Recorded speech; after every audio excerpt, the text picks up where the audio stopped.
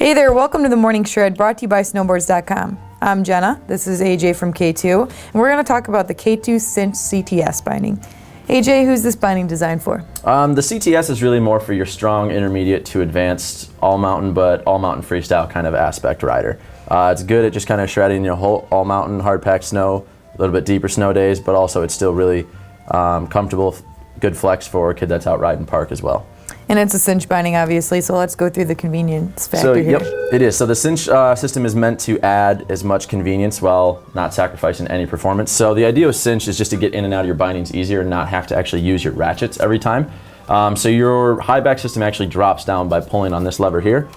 You pretty much just open the chassis up, your foot slides out, really easy. Foot slides back in, extremely easy to lock back in. You're pretty much just pulling up on this strap, you lock yourself back in. Never have to worry about adjusting your straps. It's pretty much once you set up the first time, it's all about just using your Highback to adjust then. And this is a step up from the CTC. What kind of makes it that step up? A couple features that step this up from the CTC model are going to have one thing is called Harshmellow. And Harshmellow is K2's patented dampening system in the footbed of the binding. So at the heel and towards the front of the toes, you have that Harshmellow. What it's going to do is for a kid who's riding park on bigger landings, it's going to take all that initial shock out of the foot as well as the knees and ankles. And then more for your hard pack, all mountain rider, just kind of ice and speed bumps and chatter like that, it helps take all that away.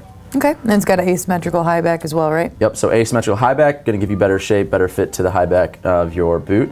As well as something else that's nice about this footbed that we didn't discuss yet is it has canted footbeds, meaning that the footbed naturally drops down at a 3-degree angle. So that's going to give you a little bit better athletic standpoint, so your hips and your knees align better just because they naturally pronate inwards just from our natural structure.